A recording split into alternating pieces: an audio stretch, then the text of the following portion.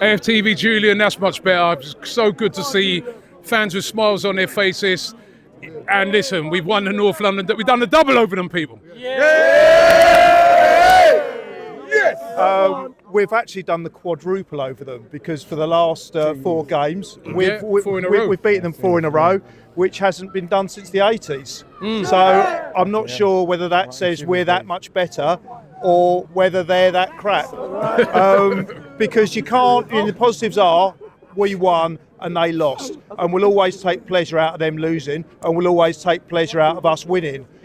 But then when you look at the actual opposition, the proud owners, as we looked at half-time of the 1952 Ipswich Hospital Cup joint, then can you be absolutely elated when you beat a team like that? And actually, when you look at it, I don't want to put any negative. In fact, the negative spin will come now, so we can end it on a positive. But I actually didn't see that much of a different performance than I've seen in the last few games. All the issues that we've had and all the things that people have been going absolutely mental about seem to still be there.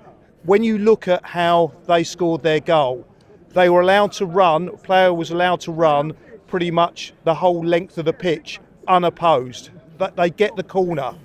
From the corner, Son, who is a quality player, was given the space to take a shot. No one closed him down. When you look at the way that Arsenal attack, because of the speed of their attack, you often see our players with not enough time. They're taking too many touches on the ball, which is making us not having the same sort of chances as the opposition.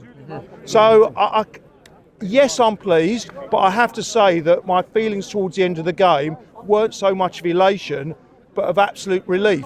And when it comes down to them hitting the post in the last minute, I realise I can't go to these games wearing white pants anymore.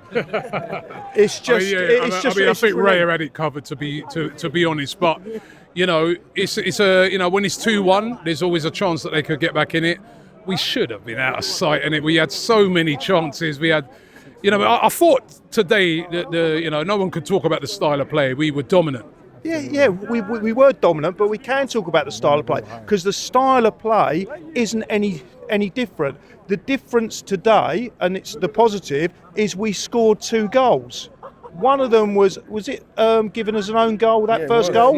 Okay, so the reason was because it wasn't going in. That's why it was an own goal. The second goal, it was a great finish, but we've got to question that goalkeeper. So you've got an own goal and a questionable goalkeeper. Yeah, but it doesn't matter. He's still got, at least he got a shot off. And he scored a great goal. I think it was a great finish, actually. You know what I mean? Yeah, maybe the keeper, could push it away. Maybe. It's not easy for the keeper that, but what a great finish by Trossard. And that's what we've been crying out for. When players get in those positions, get your shot off. That's what can happen. Sometimes we're trying to have that perfect goal, and we should have had more. But like you said, positives is we got the 3 points, and a big 3 points as well. Yeah, I mean, take Tottenham and the North London derby out of it. A big 3 points in the context of the league. It's massive because we find ourselves 4 points away from Liverpool now. Now, Liverpool haven't got the experience that Man City have got. They've not got the pedigree that Man City have got over the last 10 years. They are a team, as Alex Ferguson said, that could quite easily suffer from squeaky bum time like I did at the end of that game. They've got to go to Brentford on Saturday. I think they're playing early enough and it's 3 o'clock. The way Brentford are playing, I've seen it live a few weeks ago. I saw it yesterday against Manchester City. That is a tough game. Now, if Liverpool go there and blow them away, I start thinking that Liverpool have got what we blew them away.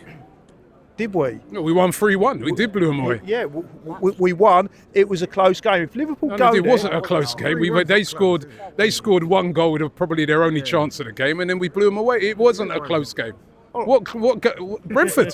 I thought Brentford were tough, and I thought we did exceptionally well. We were there. I know we were there. They had one shot, like Mbeumo. They had when Mbeumo scored, everyone was in deep shock because they had one breakaway, and then after that we blew them away. It weren't a tough game. But they're a good team. But yesterday credit to them. They were 2-0 down against City and they came back. So it's not going to be an easy game. But they weren't lucky yesterday. They weren't lucky.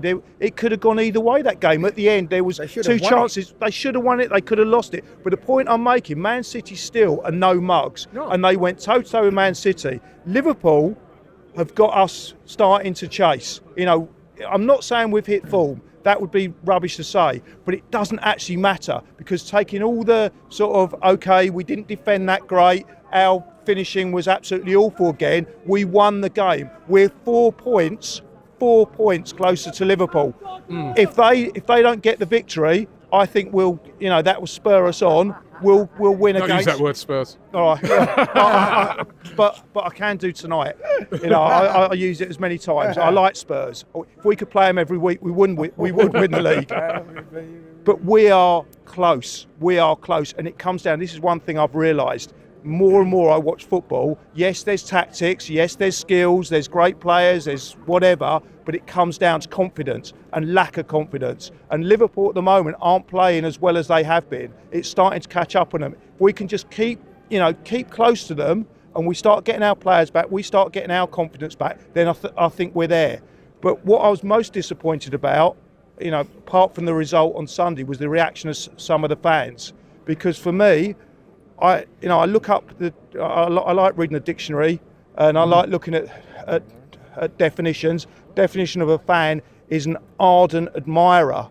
The hate, and I have to call it hate, that I heard from some supposed Arsenal fans, for me is very, very disappointing. When it comes down to confidence, for us, I think our role is to give the players confidence, is to give the players support. And even when they don't give us the love that we think we deserve, we should give it back, because that is real love. And I think if we carry on doing that with players like Havertz, we'll get the best out of them. We have got a very, very special guest, our Arsenal invincible, our Arsenal legend. We got Sol Campbell in the building. Of course, we have to start with that move, right? It's a bit foggy. I can't remember. Yeah, people are going to be pissed off. People are never going to forgive me. Some people moved on. We've got a new stadium, new training ground, new kind of everything's amazing going forward, and you're still harping about me. It's like, what's going on here? If I'm older and kids and things like that, it's different. I want to win. I wanted to win, and I won.